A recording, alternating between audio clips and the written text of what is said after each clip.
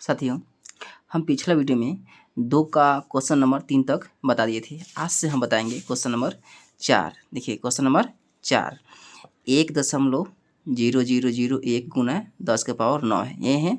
तो इसको हम दशमलव उड़ा देंगे तो बटा में 1, दशमलव के बाद में 4 को अंक है तो 4 को यहाँ 0 हो जाएगा।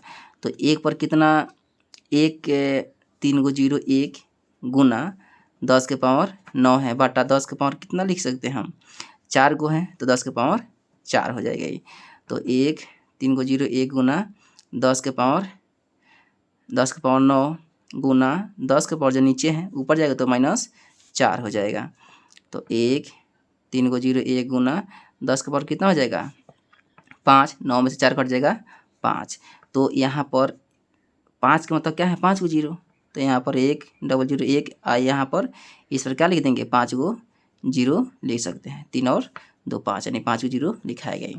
4 के बाद में 5 नंबर क्वेश्चन 5.8 गुना 5.8 गुना 10 के पावर 12 है, 10 के पावर 12।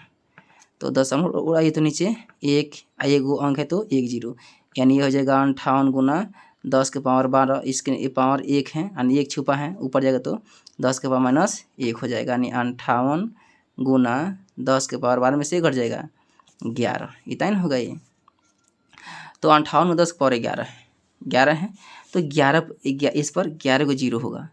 58 पर 1 2 3 4 5 6 7 8 9 10 11, इसका इतना ही आंसर हो जाएगा। 5 के बाद में 6 भी इसमें है। 6 नंबर क्वेश्चन यहाँ पर बना रहे हैं। कितना है 3.61 92, 3.61 92 गुना 10 के पावर कितना है 6 है, 10 के पावर 6 यानी 6 1 4 9 2 है दशमलव के बाद में। दशमलव उड़ाइए तो नीचे 1 2 2 4 1 5 5 को अंक है तो 5 को यहाँ 0, तो यह हो जाएगा 36 14 92 गुना 10 के पावर 6 बटा 10 के पावर कितना हो जाएगा 5। तो 5 को 0 से कट जाएगा तो 1 को 0 बचेगा ऊपर, तो 36 14 92 1 को 0 है 6 को 0 नहीं, अब 1 को 0 बचा है तो 1 को 0 यहाँ पर बैठा देंगे, इतना इसका हो जाएगा आंसर। अब देखिए ये तो कट गया। अब 3 नंबर क्वेश्चन जो कर रहा है कि निम्नलिखित कथनों में जो संख्या प्रकट हो रही है उन्हें मानक रूप में व्यक्त कीजिए। अब इन जितना भी संख्या है इनको क्या किस रूप में व्यक्त करना है मानक रूप में व्यक्त करना है।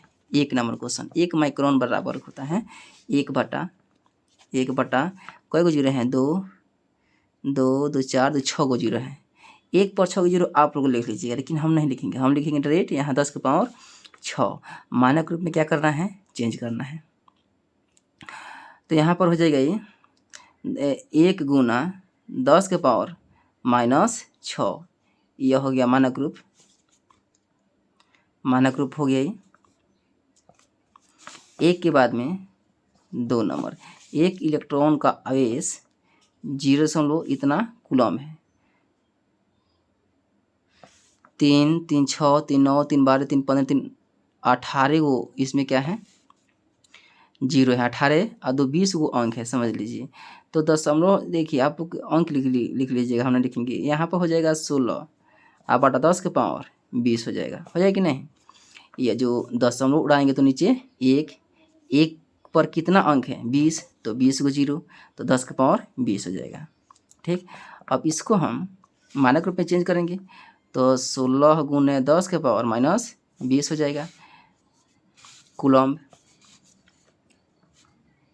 यहाँ पर दशमलव बैठाएंगे, यहाँ 1.6 गुना 10, ताकि यहाँ 10 से गुना करना पड़ेगा ताकि दशमलव में 1 अंक है और 10 के पावर -20। 1.6 गुने 10 के पावर -19, 20 में से 1 घट जाएगा -19 कूलम, इतना इसका हो जाएगा आंसर। 2 के बाद में 3 नंबर क्वेश्चन 3 नंबर जो क्वेश्चन है जीवाणु की माप इतना दे दिया है, कई गो 0 है 2 2 4 2 6 को 0 है, 0.1 2 3 4 5 6 लास्ट में कितना है 5 है 5 मीटर। दशमलव उड़ाइए तो नीचे 1 5 को 0 1 5 6 गो अंक है 1 2 3 4 5 6 गो हो गया। तो ऊपर कितना बचा 5, नीचे बचा 10 के पावर 6, तो 5 गुने 10 के पावर माइनस 6 मीटर इसका हो जाएगा आंसर। 3 के बाद में 4 नंबर क्वेश्चन। 4 पौधे की कोशिकाओं की माप जो है 2 2 4, 4 को जीरो है 1275, 0.4 को जीरो 1 2 3 4 और 1200 कितना है 75 मीटर है। कोशिका की माप है तो दशमलव उड़ाइए तो नीचे 1, 4 4 8 को अंक है तो 8 को जीरो, 4 को जीरो यह और 4 को जीरो या 8 को जीरो, तो यह हो जाएगा 1275 बटा 10 के पावर 8, ये ना है।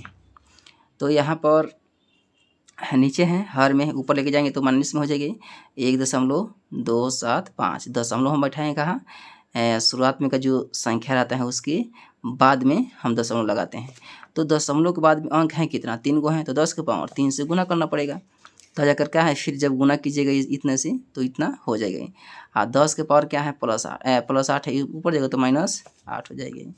1.275 गुने 10 के पावर जब दोनों को जोड़िएगा तो -5 मीटर क्या हो जाएगा इसका आंसर। 4 के बाद में 5 नंबर। मोटे कागज़ की मोटाई 0.07 mm है, 0.007 mm है, इतना ही ना है। दशमलव उड़ाइए तो नीचे 1, 2 अंक है तो 00, 7 बटा 10 के पावर 2 mm, तो 7 गुने 10 के पावर -2 mm हो जाएगा इसका आंसर। 3 के बाद में 4 नंबर क्वेश्चन। एक ढेर में 5 किताबें हैं जिनसे प्रत्येक की मोटाई 20 mm है। कुल किताब 5 है, कुल किताब कितना है 5, प्रत्येक की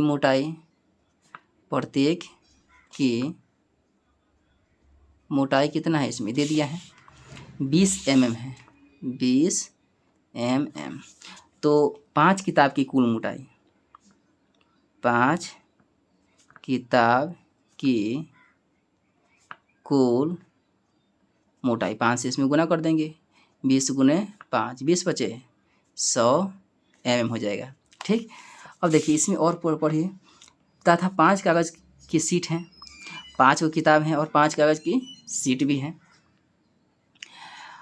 जिसमें से प्रत्येक की मोटाई इतना है। तो ढेर की कुल मोटाई कर है ज्ञात करने के लिए, तो यहाँ सीट की भी मोटाई दिया है। 5 सीट है, 5 सीट हैं, प्रत्येक सीट की मोटाई आपको क्या है नीचे लिखिएगा ताकि जगह नहीं, इसलिए हम यहाँ पर लिख रहे हैं प्रत्येक सीट की मोटाई। इसमें दिया कितना है 0.016 mm दिया है।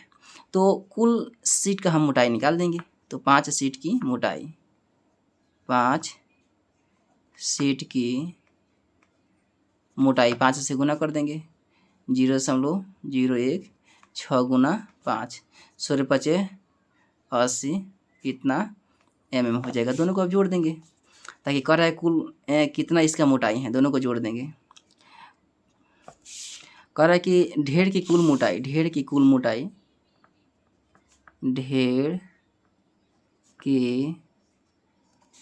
कुल मोटाई, तो 100 में हम जोड़ देंगे 0.08, 0 को जोड़ देंगे तो कितना हो जाएगा 100.08 हो जाएगा। ठीक, 0 लिख भी सकते हैं और नहीं भी लिख सकते हैं, बाद में 0 अब कितना हम बैठा सकते हैं।